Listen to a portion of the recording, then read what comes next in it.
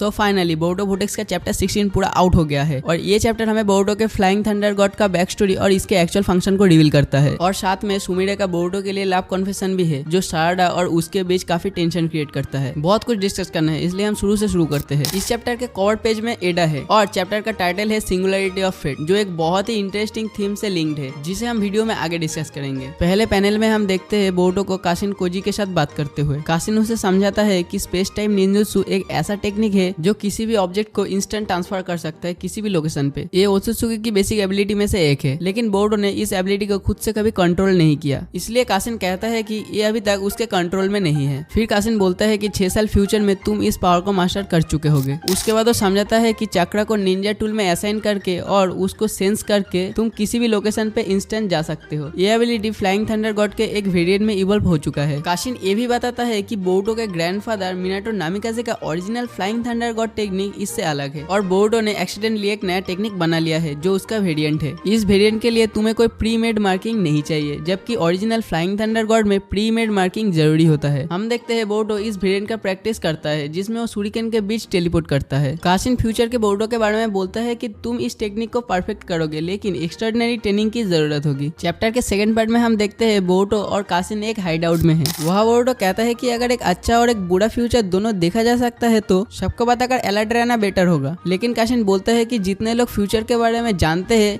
उतने ही वो लोग बदल जाते हैं, प्रेडिक्ट करना मुश्किल हो जाता है। कासिन कहता है कि फ्यूचर का पता होना एक रिस्पॉन्सिबिलिटी है, जितना ज्यादा कोई फ्यूचर के बारे में जानता है उतनी ही रियलिटी अनस्टेबल होती है। हमारा काम ये है कि एक अच्छे फ्यूचर की तरफ लोगों को साइलेंटली गाइड करना। चैप्टर का टाइटल सिंगुलरिटी ऑफ फेट इसी कॉन्सेप्ट को हाईलाइट करता है, एक ऐसी एंटिटी जो फ्यूचर को चेंज करने की पावर रखती है। कासिन कहता है कि सबका फ्यूचर बेटर बनाने के लिए हमें पर्दे के पीछे से काम करना पड़ेगा और जब कासिन उससे बोलता है कि तुम भी मेरी तरह एक सिंगुलरिटी हो तो बोरुटो थोड़ा कंफ्यूज हो जाता है, लेकिन कोजी उसे बोलता है सूनर और लेटर तुम समझ जाओगे। उसके बाद हमें पता चलता है कि एडा उनकी कॉन्वर्सेशन को रियल टाइम में देख रही है। कासिन पहले से ही जानता था कि एडा इस स्पेसिफिक मोमेंट को पहले से ही देख रही होगी, मतलब ये बिल्कुल प्लान था कि एडा सही टाइम पर ये बातें सुन सके, जो काफी माइंड ब्लोइंग है। फिर सीन शिफ्ट होता है और साराडा एडा से पूछती है तुमने क्या फाइंड किया। एडा रिप्लाई करती है मुझे लगता है बोरुटो ज्यादा बातें इसलिए नहीं करता क्योंकि वो सबको अननेसेसरी हमसे बचाना चाहता है। साराडा बोलती है हो सकता है, लेकिन बोरुटो सब कुछ अकेला क्यों कर रहा है? ये हमारा विलेज है और सब एक कॉमन एनिमी के अगेंस्ट है, मैं भी मदद करना चाहती हूँ। यही पर सुमिरा बोलती है मुझे लगता है बोरुटो नहीं चाहता कि लोग उसके करीब आए। साराडा थोड़ा इरिटेट हो जाती है और पूछती है क्या तुम बोरुटो के साइड ले रही हो? सुमिरा नर्वस लगती है और बोलती है तुमने कभी सोचा है कि बोरुटो अपनी मर्जी से ऐसा करता है? शायद उसके पास कुछ बातें हैं जो वो बोल नहीं सकता। फिर वो अपनी दिल की बात बोलती है मुझे बोरुटो पसंद है और तुमने उसे सबसे पहले हक किया। साराडा शॉक रह जाती है। सुमिरा बोलती है तुमने मेरे फीलिंग्स के बारे में सोचा ही नहीं, तुमने वो किया जो मैं करना चाहती थी। फिर वो ऑकवर्डली सीन से भाग जाती है। साराडा उसे रोकने की कोशिश करती है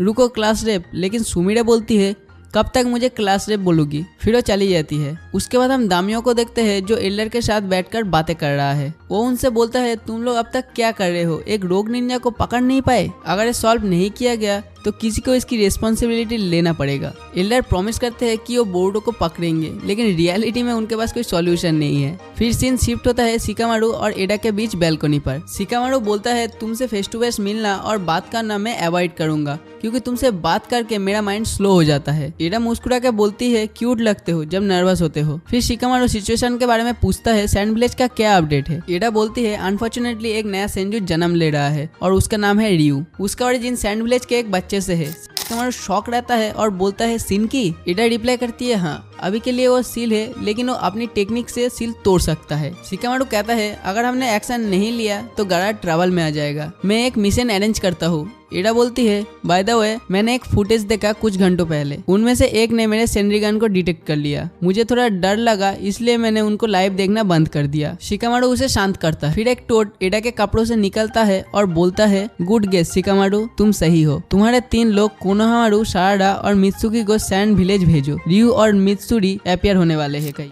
शिकामारू पूछता है क्यों, मुझे एक सॉलिड रीजन चाहिए। टोड बोलता है क्वेश्चन मत करो। एक और बात, हिमावारी को विलेज के बाहर मत जाने देना, जूरा उसके पीछे है और अगर वो मिली तो हिमावारी का बचा रहना मुश्किल है। जूरा कोनोहा के अंदर अटैक नहीं करेगा जब तक कोई बड़ी प्रॉब्लम ना हो। टोड आखिरी बार बोलता है जूरा डेंजरस है, अगर वो सीरियस लड़ने लगा तो जीतने के चांस 1% से भी कम है। अगर जूरा आए तो सीधे भाग जाओ। टोड शिकामारू से बोलता है तुमने बोरुतो की मदद करके अपनी दिल की बात सुन ली, जो सही था, आगे भी अपने दिल की सुनो। फिर टोड चला जाता है। फिर सीन शिफ्ट होता है सारादा, मित्सुकी और कोनोहामारू के सैंड विलेज पहुंचने पर। सारादा थोड़ी खोई खोई लगती है। मित्सुकी पूछता है क्या हुआ। सारादा रिप्लाई करती है कुछ नहीं, मैं ठीक हूँ। ये क्लियरली सुमिरे के साथ उसके ऑकवर्ड कॉन्वर्सेशन की टेंशन है। तभी सैंड विलेज के शिनोबी उन्हें वेलकम करते हैं। फिर वो एक एरिया में पहुंचते हैं जहाँ मात्सुरी और शिनकी शिनजू कॉलम्स के बीच में खड़े हैं। मात्सुरी डेड फ्रॉग को देखती है और बोलती है ये एक क्लू है जो हमें बोरुतो तक ले जाएगा और चैप्टर वही एंड हो जाता है।